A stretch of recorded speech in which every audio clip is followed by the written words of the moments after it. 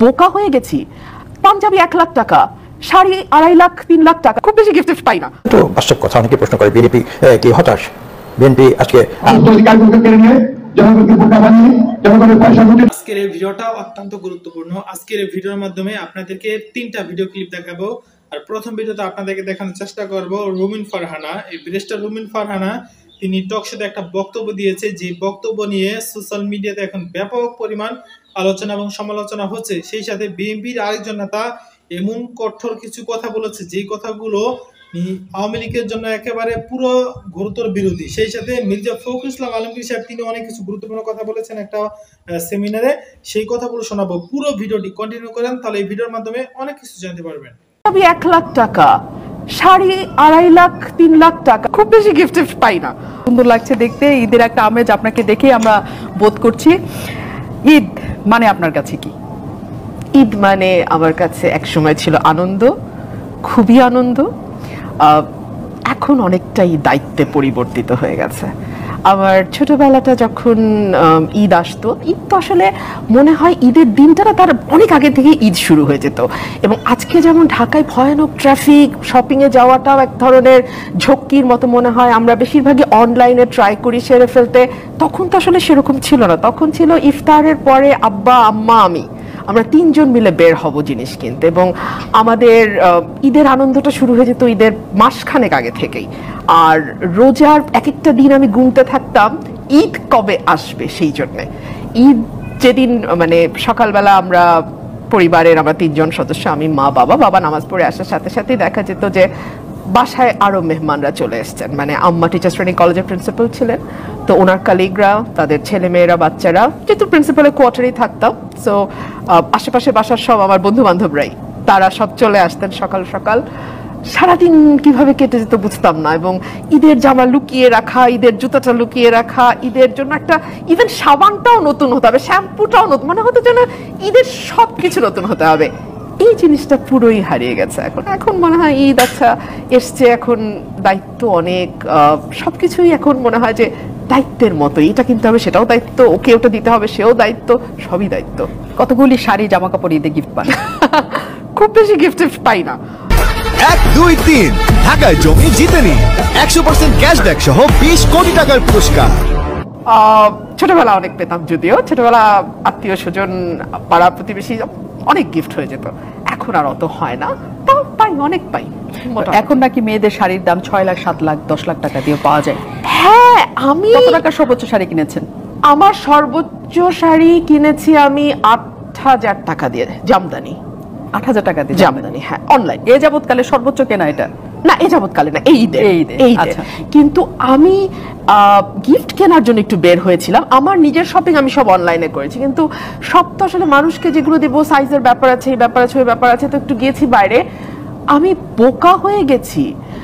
পাঞ্জাবি 1 লাখ টাকা, শাড়ি 2.5 লাখ 3 লাখ টাকা, এবং এগুলো নিশ্চয়ই বিক্রি হচ্ছে, মানুষ কিনছে। এবং যে দোকানগুলোর কথা আমি বলছি ওখানে যে খুব কম ক্রেতা তাও না। আমি কিন্তু ওয়াসাবি টাসাবির মতন একেবারে ব্র্যান্ডেড দোকানেও আমি যাই নাই, অনেস্টলি। আমি যেগুলোতে গেছে যে মানে মাঝামাঝি, সেগুলোতে আমি এরকম প্রাইস দেখেছি। I was shocked. মানে একই দেশে যেখানে আমরা একটু বলেই ফেলি, হ্যাঁ মনে বলবো, সেখানে আমরা 30 টাকা দিয়ে মাছের কাঁটা কিনি, মুরগির পা কিনি, সেখানে আবার 2.5 লাখ টাকা দিয়ে। এবং সেই শাড়িটা না, সত্যি বলছি, আমি যে শাড়িটা দেখেছিলাম 2.5 লাখ টাকার, সেটা অন্যান্য অনেক দোকানেই আছে, এবং 12-14 হাজার টাকার বেশি না ওই শাড়ি। কিন্তু ওই যে একটা লোগো, একটা প্যাকেট, একটা ব্র্যান্ড, এই আর কি। বিএনপি কি হতাশ? বিএনপি আজকে 28 অক্টোবর থেকে 5 মাস অতিক্রান্ত হয়েছে। 7 জানুয়ারির পরও আজকে 3 মাসের বেশি সময় পার হয়ে গিয়েছে। আজকে একথা আমাদের বুঝতে হবে যে রাজনীতি একটি জিনিস, সমাজনীতি একটি জিনিস, অর্থনীতি একটি জিনিস, কিন্তু এই তিনটির যে ইন্টারপ্লে, সেটাই হতে আজকের সমাজের বা আজকের বিশ্বের মূল কথা। কাজে যে ঘটনাগুলো ঘটেছে সেটা কেবলমাত্র রাজনীতির প্রেক্ষিতে ঘটেছে এটা আমি বলবো না। আজকে অর্থনীতি এবং সমাজনীতি, যেটা আমি বলেছি, এই সব কিছু মিলিয়ে আজকে বাংলাদেশে রাজনীতির বর্তমান পরিস্থিতিতে এসে আমরা দাঁড়িয়েছি। কথাটি হচ্ছে এই যে তৃণমূলের মানুষের কিন্তু একটা উচ্চাকাঙ্ক্ষা ছিল, যে কি উচ্চাকাঙ্ক্ষাটি কি, যে আজকে দীর্ঘ 15 বছর পরে বাংলাদেশে রাজনীতিতে একটি পরিবর্তন আসবে। কোন পরিবর্তন? যে পরিবর্তনের মাধ্যমে বাংলাদেশে মানুষের যে মৌলিক অধিকার, সেই অধিকারগুলো মানুষ ফিরে পাবে। তারা কথা বলার অধিকার ফিরে পাবে, তারা ভোটের অধিকার ফিরে পাবে, তারা তাদের ন্যূনতম বেঁচে থাকার অধিকার ফিরে পাবে। আজকে বাজারে কি অবস্থা আপনারা দেখেছেন, আপনারা লক্ষ্য করেন, আপনারা দেখছেন মিডিয়াতে। এটা তো কোনো লুকোনো কথা নয়। কেন এত শক্তিশালী সরকার, যারা লক্ষ লক্ষ হাজার কোটি টাকা বিদেশে পাচার করে অফশোর ব্যাংকে যারা জমা রাখে, তারা কেন বাংলাদেশে চালের দাম, ডালের দাম, নুনের দাম, তেলের দাম? এই সরকার জনগণের সরকার নয়। গণতান্ত্রিক সরকার প্রতিষ্ঠার জন্য আমাদেরকে কাজ করতে হবে, সংগ্রাম করতে হবে। সমস্ত অধিকারগুলোকে কেড়ে নিয়ে, জনগণকে বোকা বানিয়ে, জনগণের পয়সা লুটে দিয়ে তারা লুট করছে, ব্যাংক বিমা সব লুট করছে, তার বিদেশে টাকা পাচার করে দিচ্ছে।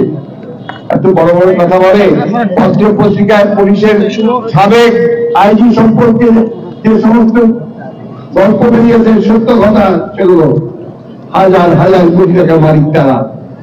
এইভাবে একটা দেশ চলতে পারে না। একটা দেশকে অবশ্যই তার সরকার যে হবে সে নির্বাচিত হবে জনগণের ভোটে, এবং প্রতি 5 বছর পর তাকে আবার জনগণের সামনে আসতে হবে, জবাবদিহিতা করতে হবে জনগণকে। পার্লামেন্টে জবাবদিহিতামূলক তৈরি করতে হবে, যেখানে পার্লামেন্টের বিরোধী দল তারা প্রশ্ন করবে, সরকারকে উত্তর দিতে হবে, সেটা অবস্থা নিতে হবে। আমাদের এখানে সেরকম কিছু নাই। এক ব্যক্তি এক দলের শাসন, এক ব্যক্তি একজনের শাসন। 1975 সালে আমাদের এইভাবেই তখন একজনের শাসন বাক্সাল তৈরি করতে চেয়েছিল, মনে আছে আপনাদের? এখন সেই বাক্সাল নতুন কায়দায় গণতন্ত্রের লেবাস পড়ি আবার সেই নতুন এই সরকার জনগণের সরকার নয়। এই সরকার দখলদারি সরকার। সুতরাং আমরা কোনোদিন কোনো দখল মেনে নেইনি, আমরা এখনো কোনো দখল মেনে নেব না।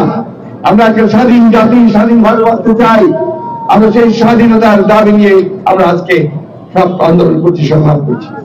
আমাদের প্রিয় নেত্রী, দেশনেত্রী বেগম খালেদা জিয়া, তিনি আজকে গণতন্ত্র যে সংগ্রাম করতে গিয়ে, আমাদের আপনাদের অধিকারের জন্য সংগ্রাম করতে গিয়ে তিনি এখনো বন্দী অবস্থায়, প্রচন্ড অসম্ভব রকমের অসুস্থ অবস্থায় তিনি দিন কাটাচ্ছেন। আল্লাহ আমরা সবাই দোয়া করবেন তার হায়াত যেন ভর্তি পায়, তিনি সুস্থ হন। আমাদের নেতা তারেক রহমান সাহেব আজকে মিথ্যা মামলায় সাজা থেকে বিদেশে নির্বাসিত করে রাখা হয়েছে। হাজার হাজার মানুষকে মিথ্যা মামলা দিয়ে সাজা দেওয়া হয়েছে। এই অবস্থায় একটা দেশ চলতে পারে না। একটা শান্তি চাই, একটা শান্তিপূর্ণ ভাবে আমরা একটা নির্বাচন চাই, সুষ্ঠু হওয়ার নির্বাচন, নিরপেক্ষ সরকার, যে নির্বাচনের মধ্য দিয়ে আমরা এমন একটা সরকার গঠন করতে চাই যারা দেশের মানুষের কথা শুনবে, দেশের মানুষের কাছে যাবে। আসসালামু আলাইকুম ওয়া রাহমাতুল্লাহি ওয়া বারাকাতুহু। সম্মানিত দর্শক শ্রোতা, আশা করছি আল্লাহর রহমতে সবাই ভালো আছেন। আলহামদুলিল্লাহ, আপনাদের দোয়া এবং ভালোবাসায় আমি অনেক ভালো আছি। দর্শক শ্রোতা, আজকে আপনাদেরকে একটা বিষয় জানানোর জন্য এই ভিডিওটি মূলত করা। দর্শক শ্রোতা, আমার হাতে 2টা বোতল দেখতে পাচ্ছেন। একটা হচ্ছে মোজো আকিস কোম্পানি, যেটা গত কয়েকদিন আগে এটা তৈরি করেছে মোজো, এই একটা বোতল দেখতে পাচ্ছেন। আর এইদিকে দেখতে পাচ্ছেন আপনারা নতুন বের হয়েছে ফ্রেঞ্চ কোলা। তো এই 2টা বোতল আমি কেন আপনাদেরকে দেখাচ্ছি, এই বিষয়টা আপনাদেরকে একটু জানার চেষ্টা করতেছি। অনেক মুসলমান ফিলিস্তিনিদের পক্ষে কথা বলে, ফিলিস্তিনিদেরকে ভালোবাসে, ইসরায়েল নামক সন্ত্রাসীদের কিন্তু গালি দেয়, কিন্তু আমরা আমাদের মনের অজান্তেই কিন্তু ইসরায়েলি সন্ত্রাসীদেরকে আবার আমরা টাকাও দিচ্ছি, তাদেরকে সাহায্য করতেছি। কিভাবে সাহায্য করতেছি এবং কিভাবে এই আমাদের ফিলিস্তিনি ভাই বোনদেরকে আমরা বারবার নির্যাতন করতেছি, সেই বিষয়টা আজকে আপনাদেরকে এই 2টা বোতলের মাধ্যমে আপনাদেরকে বোঝানোর চেষ্টা করতেছি। এই জন্য আপনাদেরকে বলবো পুরো ভিডিওটি কন্টিনিউ করেন। এবার আসা যাক মূল কথায়। মূল কথা হচ্ছে এই যে দেখতে পাচ্ছেন, প্রথমে দেখতে পাচ্ছেন মোজো, এটা হচ্ছে মোজো, আর এটা হচ্ছে ফিলিস্তিনিদের একটা পতাকা। এই পতাকা দেখতে পাচ্ছেন, এই পতাকা হচ্ছে ফিলিস্তিনের। তো এখানে দেখতে পাচ্ছেন আরেকটা একটা কিউআর একটা কোড আছে, এই যে দেখেন একটা কিউআর কোড। এই কোডটা কেন দিয়েছে?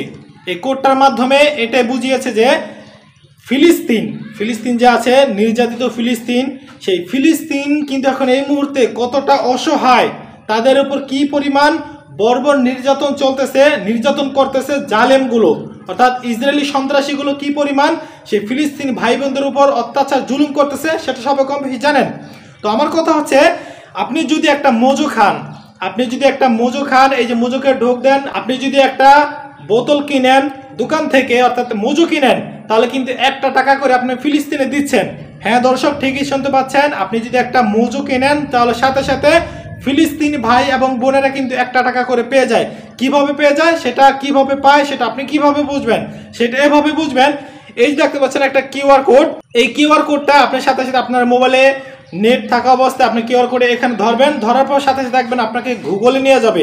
গুগলে নেওয়ার পরে আপনি এটা গুগলে চাপ দিবেন, সাথে সাথে দেখতে পারবেন দৈনিক কত টাকা ফিলিস্তিনি ভাই বোনেরা এই মুজো থেকে পাচ্ছে এবং কত টাকা এই পর্যন্ত তারা পেয়েছে। এই মুজো যেদিন থেকে শুরু হয়েছে ওই দিন থেকে কত টাকা পেয়েছে সেটা কিন্তু আপনারা ওখান থেকে দেখতে পারবেন। এই যে 1 টাকা করে যে আকিস কোম্পানি মুজোর মাধ্যমে দিচ্ছে, তো আপনি কি মনে করেন 1 টাকা করে যদি 500 মানুষ যদি 500 মুজো খায় তাহলে 500 টাকায় কিন্তু সেখানে পাচ্ছে, অর্থাৎ ফিলিস্তিনি ভাই বোনেরা পাচ্ছে। আর এই 500 টাকা দিয়ে তারা কি করতে পারবে বুঝেন, তার 500 তার একদিনে মুজো খায় না, হাজার হাজার লক্ষ লক্ষ মুজো কিন্তু চলতেছে। তো আর এই যে দেখেন ফ্রেঞ্চ কোলা, এটা আমার হাতে দেখতে পাচ্ছেন, ফ্রেঞ্চ কোলার একবার নিউ, হাতে গোনা মনে হয় 15-20 দিন বা 1 মাস হয়েছে বের হয়েছে। তো এই ফ্রেঞ্চ কোলা এটা হচ্ছে এই মুজোকে দেখা দেখি সম্ভবত বের করেছে তারা হচ্ছে 1.5 টাকা। এই যে দেখেন আমি দেখাচ্ছি আপনাদেরকে, এই যে 1.50 অর্থাৎ 1.5 টাকা করে কিন্তু ফিলিস্তিনি ভাই এবং বোনেরা পাবে। এটা যদি আপনি দোকান থেকে ক্রয় করেন তাহলে কিন্তু সাথে সাথে 1.5 টাকা করে কিন্তু ফিলিস্তিন ভাই এবং বোনেরা পেয়ে যাবে। এখন আপনাকে আমি অনুরোধ করে বলবো, আপনাকে আমি প্রশ্ন করব যে আপনি কি ফিলিস্তিনি ভাই বোনদেরকে 1 টাকা করে দান করতে চান নাকি ইসরায়েলি সন্ত্রাসীদেরকে আপনি টাকা দান করতে চান? আমি আপনার কাছে প্রশ্ন রেখে গেলাম, আপনি অবশ্যই উত্তরটা দিয়ে যাবেন। আমি আশা করি কোনো মুসলমান ইসরায়েলি সন্ত্রাসীদেরকে 1 টাকা তো দূরের কথা, জারুর বাড়ি, আমি মনে করি জারুর বাড়িটা দিয়ে জারুর বাড়িটা হলারাগুলোকে ক্ষয় করতে কোনো মুসলমান অন্তত চাইবে না। তো সেই জায়গায় 1 টাকা 10 টাকা 20 টাকা দিবে, তো এটা প্রশ্নই আসে না। তো আমি আপনাদেরকে এই ভিডিওর মাধ্যমে আরেকটা বিষয় আবার বলে দিচ্ছি, যদি কোকো কোলা খান, 7 আপ খান, তারপরে পেপসি খান, এগুলো কিন্তু আপনি পেপসি খাচ্ছেন না, কোকো কোলা খাচ্ছেন না, বরং আপনি ফিলিস্তিনি ভাই বোনদেরকে হত্যা করতেছেন, গলা টিপে হত্যা করতেছেন।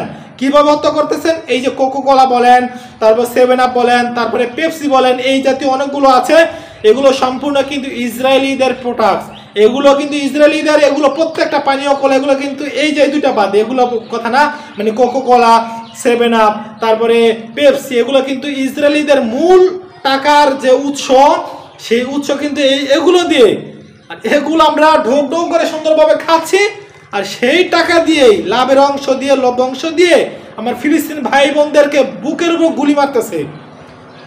আর এই গুলিগুলোকে মারার জন্য সাহায্য করতেছেন আপনি। হ্যাঁ, এই যে আপনি যে ভিডিও দেখতেছেন আপনি কিন্তু সাহায্য করতেছেন। এই জন্য আপনাদেরকে এই যে 2টা হাত অনুরোধ করে বলছি, হাত জোর করে বলতেছি, কোনো ইসরায়েলিদের প্রোডাক্ট কিনা যাবে না। 7 আপ, কোকো কোলা, তারপরে পেপসি, এই জাতীয় যত আছে এগুলো, এরপরে প্যারাশুট তেল, বিশেষ করে প্যারাশুট তেলগুলো কোনোভাবে আমাদের মা বোনদেরকে কিনে দেওয়া যাবে না। লাক্স সাবান, আরও বিভিন্ন আইটেম আছে, বাটা জুতা, এগুলো কিনে দেওয়া যাবে না। আরও গুগলে আপনারা সার্চ দিবেন, এখন গুগল আমাদের জন্য সহজ করে দিয়েছে কি কি ইসরায়েলি পণ্য আছে, সেই সমস্ত পণ্যগুলো আমাদের প্রত্যেকটা মুসলমান বললে ভুল হবে, যারা আসলে মানুষদেরকে ভালোবাসে, কোনো এখানে মুসলমানের কোনো কথা না, যারা মানুষদেরকে ভালোবাসে তারা এই ইসরায়েলিদের সন্ত্রাসীদের কোনো পণ্য ব্যবহার করতে পারে না। তো যাক ভাই, আমি অনেক কথা বলে ফেলেছি, আর কথা বলতে চাই না। আপনারা সবাই বেশি বেশি মোজো খাবেন, বেশি বেশি ফ্রেঞ্চ কোলা খাবেন, তাহলে 1 টাকা 1.5 টাকা করে কিন্তু ফিলিস্তিন ভাই বোনেরা পাচ্ছে।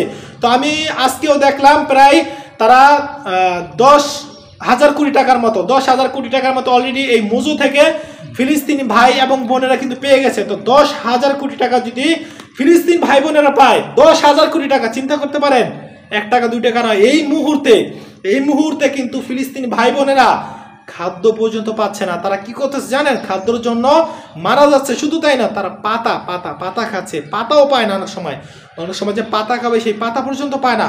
এই জন্য আপনাদেরকে অনুরোধ করে বলবো, বেশি বেশি মুজো খাবেন, বেশি বেশি ফ্রেঞ্চ কোলা খাবেন, তাহলে 1 টাকা 1.5 টাকা করে কিন্তু হাজার হাজার মানুষ, লক্ষ লক্ষ মানুষ যখন খাবে, এগুলো সম্পূর্ণ কিন্তু তাদের কাছে টাকা চলে যাচ্ছে, আর তারা এগুলো দিয়ে কিন্তু আহার করতে পারবে। এই জন্য আপনাদেরকে অনুরোধ করে বলবো, বেশি বেশি এগুলো খাবেন। সেই সাথে কোকো কোলা বয়কট করতেই হবে আপনাকে। আপনি যদি একজন মুসলিম হয়ে থাকেন, কোকো কোলা বয়কট করতেই হবে আপনাকে। তো আর কোনো কথা নয়, ভিডিওটি সর্বোচ্চ শেয়ার করে দিবেন যদি আপনি একজন মুসলিম হয়ে থাকেন। আল্লাহ হাফেজ। আপনাদের যদি কোনো মন্তব্য বা অভিযোগ থেকে থাকে কমেন্ট বক্সে লিখে জানাবেন, কমেন্ট বক্স খোলা আছে। শ্রোতা, এই যে রুমিন ফারহানা একজন, তারপর মির্জা ফখরুল ইসলাম আলমগীর সাহেব একজন, এরকম মানে তারা যে বিএনপি নেতা কর্মী আছে মোটামুটি এখন বর্তমানে তারা বাইরে থেকে, এর গত কয়েকদিন আগে দেখলাম আরেকজন বিএনপির একজন নেতা এমন কিছু কথাবার্তা গুলো বলতেছে যা গুলো বর্তমান সময়ের সাথে কোনোভাবে মিল খায় না, মানে বর্তমানের সাথে এগুলো যায় না, এতটা পরিমাণ মানে ভয়াবহ কিছু কথা বলেছে। যে যাই হোক ওই সমস্ত কথাবার্তাগুলো আমি মুখে আনতে চাচ্ছি না। তো যাই হোক সেই ভিডিওগুলো যদি কেউ দেখতে চান, আমাদের এক সপ্তাহ আগে ভিডিও দিয়েছি, সেই ভিডিওগুলো চাইলে দেখে আসতে পারেন। তো কথা হচ্ছে ব্যারিস্টার রুমিন ফারহানা, এই ব্যারিস্টার রুমিন ফারহানা তিনি বিএনপির একজন উপরের লেভেলে একজন নেত্রী। তো তিনি প্রায় সময় টক শোতে আসেন, লাইভ টক শোতে আসেন, সেগুলো সবাই কম বেশি জানেন। কিন্তু তিনি মাঝে মধ্যে এমন কিছু কথাবার্তা বলে ফেলেন যেগুলো বেমানান, একেবারেই মানায় না তার সাথে। তো যাক, আর কোনো কথা নয়, আপনাদের যদি কোনো মন্তব্য বা অভিযোগ থেকে থাকে কমেন্ট বক্সে লিখবেন, আর ভিডিওটি সর্বোচ্চ শেয়ার করে দিবেন, এই অনুরোধটুকু আপনাদের কাছে করতেছি। আল্লাহ হাফেজ।